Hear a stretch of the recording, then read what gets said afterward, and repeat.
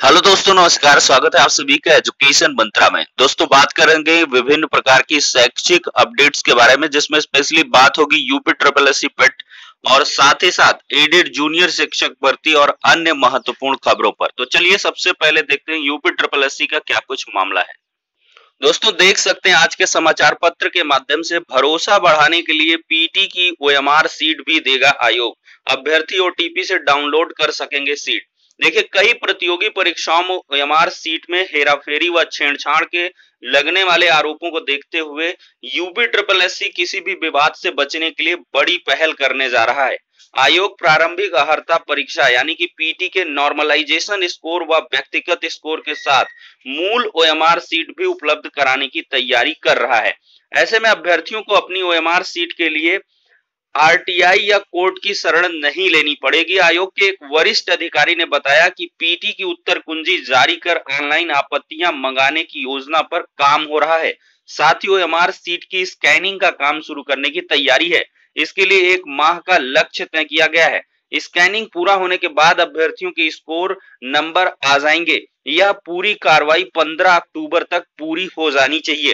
तो यहाँ पर दोस्तों आयोग के द्वारा देखा जाए तो कुछ चीजें बढ़ाई जा रही हैं, जिसमें ओएमआर की भी अब स्कैनिंग कराई जाएगी और साथ ही साथ उनको अपलोड भी किया जाएगा और इसके बाद परीक्षा परिणाम और इसके बाद इसमें ऑनलाइन आपत्तियां भी ली जाएंगी। जो आपके आंसर सीट हैं उसके जारी होने के बाद आपत्तियां लेके, तो ये थोड़ी सी प्रोसेसिंग लंबी चलेगी और इस वजह से ये परीक्षा परिणाम थोड़ा सा डिलेड होगा। सितंबर लास्ट तक आना चाहिए था, चेयरमैन साहब ने कहा था, लेकिन अब थोड़ा सा ये डिलेड होगा 15 दिन। लेकिन बढ़िया है, बेहतर है, नॉर्मलाइजेशन भी होना है। तो 2 पालियों में परीक्षा के चलते प्रश्नों की कठिनाई का जो समान स्तर है उसको लाने के लिए नॉर्मलाइजेशन फार्मूले का प्रयोग किया जाएगा। नॉर्मलाइजेशन स्कोर के साथ ओएमआर के आधार पर प्राप्त व्यक्तिगत स्कोर भी उपलब्ध कराया जाएगा। जो हेरा फेरी है उस पर अंकुश लगेगा। अभ्यर्थियों को वर्तमान में परीक्षा के लिए ओएमआर की कार्बन प्रति मिलती है, जो कई बार अस्पष्ट होती है। मूल ओएमआर अपलोड किए जाने से हेराफेरी की किसी भी हरकत पर अंकुश लगेगा और गड़बड़ी आसानी से पकड़ी जा सकेगी। तो दोस्तों, स्पष्ट तौर पर यह है कि जो आपने मूल ओएमआर भरी है उसकी स्कैन कॉपी जैसे सीटेट वगैरह में आपको देखने के लिए मिलती है, ठीक उसी प्रकार से ऑफिशियल वेबसाइट पर अपलोड की जाएगी और उसको आप चेक कर सकते हैं कि आपकी ओएमआर के साथ कोई हेराफेरी तो नहीं हुई है। और यहाँ पर देखा जाए तो चेयरमैन साहब क्या कहते हैं, आयोग ओएमआर सीट उपलब्ध कराने की तैयारी कर रहा है। अभ्यर्थी ओटीपी के जरिए ओएमआर सीट डाउनलोड कर सकेंगे। दोस्तों, एग्जाम कंडक्ट होने के बाद ही हमने आपको बताया था कि जो नॉर्मलाइजेशन है वो 100% होना है और इस पर कोई हीला हवाली देखने के लिए नहीं मिलेगी। तो अब देखते हैं, बहुत सारे अभ्यर्थियों का कहना है कि पेपर जो शिफ्ट फर्स्ट का था वो थोड़ा इजी था और कुछ का कहना है शिफ्ट सेकंड का। अब इसमें जो विषय विशेषज्ञ हैं उनका आकलन होगा, उसके आधार पर नॉर्मलाइजेशन देखने के लिए मिलेगा। तो फिलहाल ये जो प्रक्रियाएं हैं वो काफी बेहतर की जा रही हैं। और भी देख सकते हैं यहाँ पर देखा जाए तो पीटी के अभ्यर्थियों को मूल ओएमआर सीट भी आयोग देने की तैयारी कर रहा है। बहुत सारे समाचार पत्र में आपको देखने के लिए मिलेगा। अब दोस्तों बढ़ते हैं अगली अपडेट की तरफ। सीजीएल 2019 के चयनित अभ्यर्थियों के अभिलेखों की जांच 1 सितंबर से होगी। कर्मचारी चयन आयोग ने संयुक्त स्नातक स्तर परीक्षा 2019 के चयनित अभ्यर्थियों के दस्तावेजों के मूल्यांकन के लिए बुलाया है। 1 सितंबर से 29 सितंबर तक ये प्रक्रिया चलेगी। इसके लिए प्रवेश पत्र, तिथि, समय और पद वरीयता के लिए विकल्प फॉर्म एसएससी की वेबसाइट पर उपलब्ध है। वहीं पर कनिष्ठ अनुवादक 2020 के 206 अभ्यर्थियों के जो अभिलेखों की जांच है वो 31 अगस्त को होगी। अब दोस्तों यहाँ पर एक और अपडेट है, आबकारी कांस्टेबल भर्ती पर जानकारी तलब की गई है। इलाहाबाद हाई कोर्ट ने राज्य सरकार व अधीनस्थ सेवा चयन आयोग से जानकारी मांगी है कि 2016 की आबकारी कांस्टेबल भर्ती में स्क्रीनिंग टेस्ट का अनुमोदन क्यों नहीं किया गया।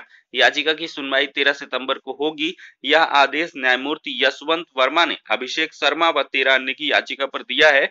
याचिका जो कहना है कि 5 मई 2016 की आयोग ने 405 आबकारी कांस्टेबल की भर्ती निकाली थी। परीक्षा हुई, नियमों में बदलाव किया गया कि स्क्रीनिंग टेस्ट से भर्ती की जाएगी। स्क्रीनिंग टेस्ट किया गया, किंतु इतने साल बीते, परिणाम घोषित नहीं किया गया। अब दोस्तों यहाँ पर बात करेंगे एडेड जूनियर शिक्षक भर्ती नई परीक्षा तारीख के बारे में। दोस्तों, कल की डेट पे एक वीडियो हमने भी बनाया था और साथ ही साथ उसमें अभ्यर्थी के द्वारा बातचीत का एक ऑडियो है और वो सही ऑडियो है, फर्जी नहीं है। उसमें जो है ये चीजें निकल के आई हैं कि पीएनपी के सचिव साहब कह रहे हैं कि एडेड जूनियर शिक्षक भर्ती की जो नई परीक्षा तारीख है वो जो पीएनपी के सचिव साहब ने 17 अक्टूबर को भेजी है।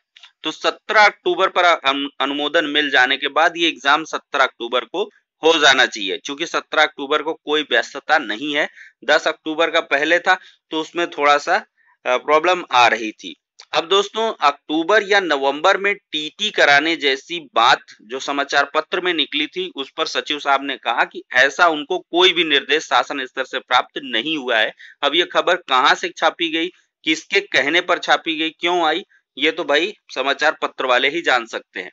तो फिलहाल टीटी का जो मामला है वो अभी क्लियर नहीं हुआ कि कब करवाया जाएगा टीटी, और संभवतः टीटी देखिएगा ये दिसंबर में ही पॉसिबल हो पाएगा। क्योंकि जितना डिलेड प्रोसीजर होता जा रहा है, अब अगर ये सितंबर में विज्ञापन जारी कर देते हैं 10-15 सितंबर तक तो थोड़ा परीक्षा की तिथि पहले हो सकती है, लेकिन टीटी के लिए फुल एंड फाइनल 2 मंथ्स तो लगने ही होंगे। क्योंकि 2 महीने इसकी व्यवस्था में लग जाएंगे और 2 महीने में आप समझ रहे हैं कि सितंबर में फॉर्म ही भराएगा, फिर अक्टूबर और नवंबर, तो ये नवंबर लास्ट तक करवा सकते हैं टीटी, और नहीं तो फिर दिसंबर में ही हो पाएगी। तो ये है टीटी से जुड़ा हुआ मामला। और एडेड जूनियर के लिए आप लोग तैयारी करते रहिए, ये प्रॉमिसिंग भर्ती है और इस पर 17 अक्टूबर को एग्जाम हो जाना चाहिए और हो जाएगा। क्योंकि इस भर्ती परीक्षा को भी कंप्लीट करना है। एडेड जूनियर में कोई भर्ती नहीं हुई है और इसको भी भुनाना चाहेगी योगी सरकार की एक भर्ती एडेड जूनियर में भी कर दी जाए, जिससे हर एक विभाग में हर एक डिपार्टमेंट में भर्तियां हो जाएं। बेसिक शिक्षा में 1,25,000 का हर तरफ तो भाई कहा ही जा रहा है, और इसके बाद पुलिस विभाग में भी कहा जा रहा है। और जो अभ्यर्थी लगातार तैयारी कर रहे हैं, हमारे बीएड के जो भी स्टूडेंट्स हैं, तो वो लोग भैया प्रिपरेशन करते रहे। मैंने आपको इंफॉर्मेशन पहले भी दी थी। सितंबर में लास्ट में सितंबर तक आपका जीआईसी का यानी कि एलटी ग्रेड की जो शिक्षक भर्ती है वो देखने के लिए मिलेगी, और इसमें आपको लगभग 8,600 पद देखने के लिए मिलने वाले हैं। तो जो बीएड स्पेशली किए हैं वही इसमें पार्टिसिपेट कर पाएंगे, तो वो लोग इसकी तैयारी अवश्य करते रहें। अब देखा जाए दोस्तों तो नियमावली के इंतजार में अटकी पैरामेडिकल कॉलेज में भर्ती है, करोड़ों खर्च हुए हैं, जमीनें अधिग्रहित हैं, फिर भी नहीं मिला फायदा। सरकारी मशीनरी की लापरवाही से नहीं हो सका है सुचारू संचालन। यहाँ पर आरके सिंह अपर निदेशक चिकित्सा शिक्षा एवं प्रशिक्षण विभाग क्या कह रहे हैं कि अब तक भर्ती नियमावली नहीं बनी है, इसकी प्रक्रिया चल रही है, कॉलेज भवन तैयार हो रहे हैं, 2 जगह अस्थायी प्रशिक्षकों के जरिए कोर्स का संचालन किया जा रहा है, शासन के निर्देश के तहत आगे की कार्रवाई की जाएगी। तो दोस्तों ये जो है प्रदेश में खुले 3 पैरामेडिकल कॉलेज की भर्ती नियमावली का इंतजार कर रही है, और ऐसे में झांसी, कन्नौज, आजमगढ़ में खुले पैरामेडिकल कॉलेज में नियमित भर्ती नहीं हो पा रही है, जबकि इन कॉलेजों पर करोड़ों रुपए खर्च हो चुका है। बिना नियमित भर्ती के झांसी और आजमगढ़ में जुगाड़ से कोर्स संचालित किया जा रहा है। और अधीनस्थ सेवा चयन बोर्ड की तरफ से कनिष्ठ सहायक भर्ती का जो इंटरव्यू है वो स्थगित कर दिया गया है। इसमें सम्मिलित कनिष्ठ सहायक व कनिष्ठ लिपिक भर्ती 2016 में प्रस्तावित साक्षात्कार कार्यक्रम स्थगित कर दिया गया है। आयोग ने 31 अगस्त से साक्षात्कार प्रस्तावित किया था, लेकिन अपरिहार्य कारणों का हवाला देते हुए इसे स्थगित किया गया है। आयोग के अनुसचिव राम नरेश प्रजापति ने बताया है कि साक्षात्कार की नई तिथि व साक्षात्कार पत्र के संबंध में आयोग की वेबसाइट पर अलग से सूचना दी जाएगी। तो दोस्तों ये हो जाती हैं कुछ इंपॉर्टेंट अपडेट जो आज के समाचार पत्रों में छाई रही हैं। अब नेक्स्ट वीडियो मिलते हैं, तब तक के लिए शुक्रिया, धन्यवाद।